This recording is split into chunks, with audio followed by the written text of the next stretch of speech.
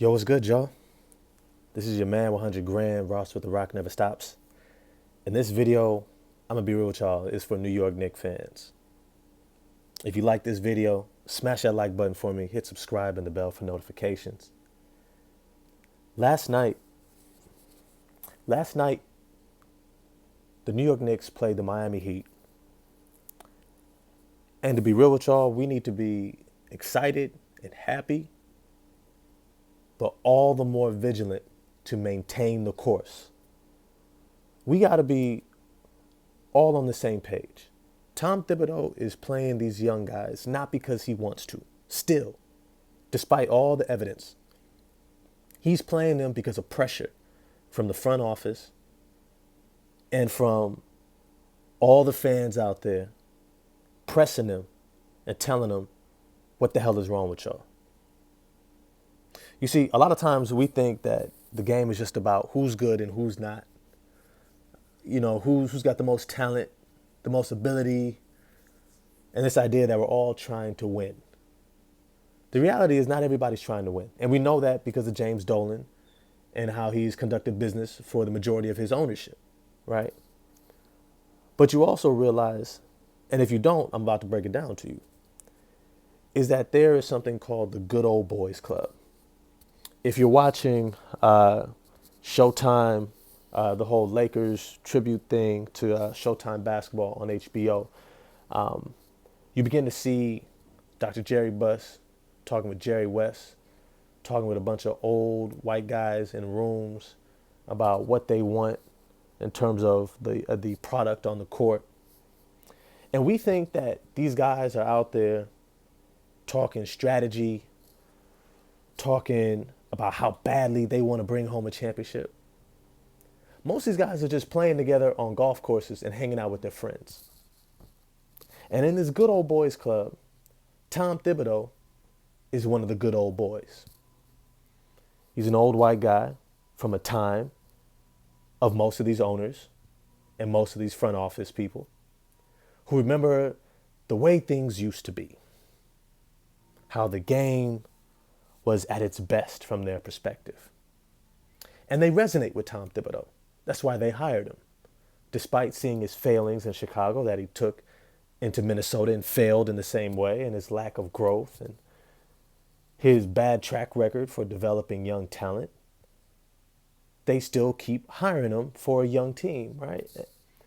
And then we get shocked when we see him do what he's always done. But we have to realize, because the real conversations are not happening on YouTube and Twitter, but are happening in backroom channels, on golf courses, where these old white dudes are exclusively talking about how they see the world, how they see basketball, how they see the team. And they could care less about much of our opinions until it comes down to their bottom line of capital, how much money they're making.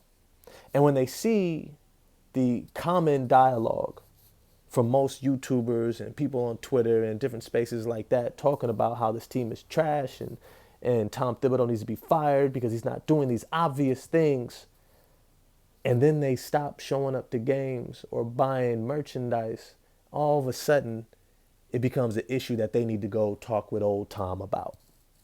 Old Tom, hey man, we got to talk to you.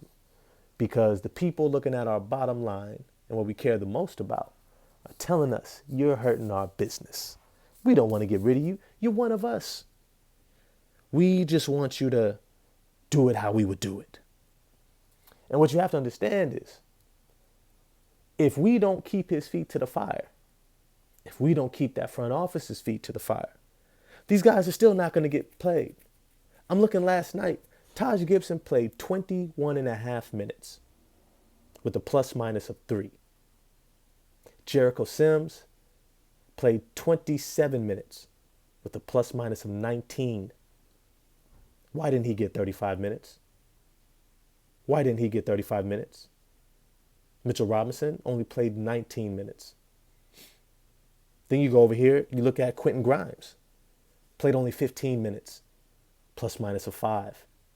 Miles McBride only got 17 minutes with the plus minus of 16. I told y'all in a previous video, I don't even evaluate a Knicks game at this point in this season by if it's a win or loss.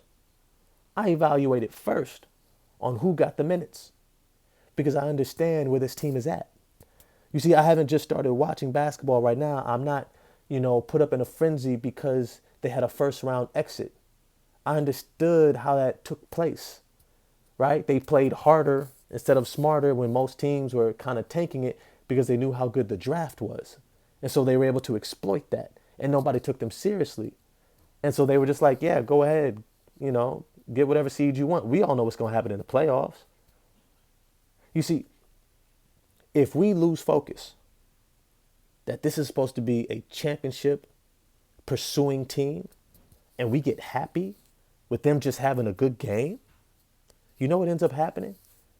Is you end up mired in mediocrity, becoming that fringe playoff team that somehow just is just short of getting in or barely gets in and knocked out in the first round.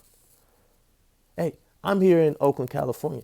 This is what we experienced for years with the Warriors. You see, if you're not careful, the New York Knicks brass will have you think that Emmanuel Quickley is Monte Ellis, the guy who's supposed to be the answer for us, and he'll excite you. He'll have big games, but you'll never get in the playoffs. You're never going to win a championship. They'll have you thinking that you're doing something good, building around Antoine Jameson and Larry Hughes, and you'll be in the same position. You see, if you don't hold their feet to the fire to say it's about a championship here, and let's not weigh these guys' talent and what we want to do in terms of how they make us feel in the moment, but the goal that we're pursuing, you're going to end up in the same place that you've always been. And so right now, as you enjoy this game, and I enjoyed the game, I rewatched it this morning. Quentin Grimes, he's the goods. I love him. 3-and-D guy, he has that John Starks vibe to me. I love it. I love it. Emmanuel Quickley, excellent off the bench. Obi Toppin, I've been telling y'all he needs to be starting at the power forward because he plays better off the ball. And he's able to give you more in transition where you're needing it the most. And he spreads the floor consistently. This means more for this team than Julius Randle's step backs. You see, you have to keep your eyes on the prize. You have to remain focused. You have to keep in mind what you're actually trying to accomplish. And in this state, you have to remind yourself as fans, in these moments more than ever, that this isn't the goal. Beating Miami unsuspectingly at the end of the season because you finally convinced your coach to give some guys playing time that you already knew they deserved playing time back in December is not the goal. The goal is, 1, to get rid of Tom Thibodeau. 2, bring in a coach who can coach both offense and defense and develop these young guys. 3, to build a strong core of young players under flexible contracts that can sustain winning to a degree to where you can get to that San Antonio level where you're 1 piece away, 2 pieces away, that you can then go out into free agency and get. And when you've sustained that, we know the rest. The pieces will want to come because it's the Mecca, because it's New York. But you can't cheat the process. You cannot cheat the process. Philly couldn't cheat the process. Nobody can cheat the process. And so right now, enjoy that last night's game fully. I want you to.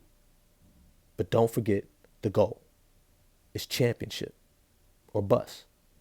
It's New York. I'm out.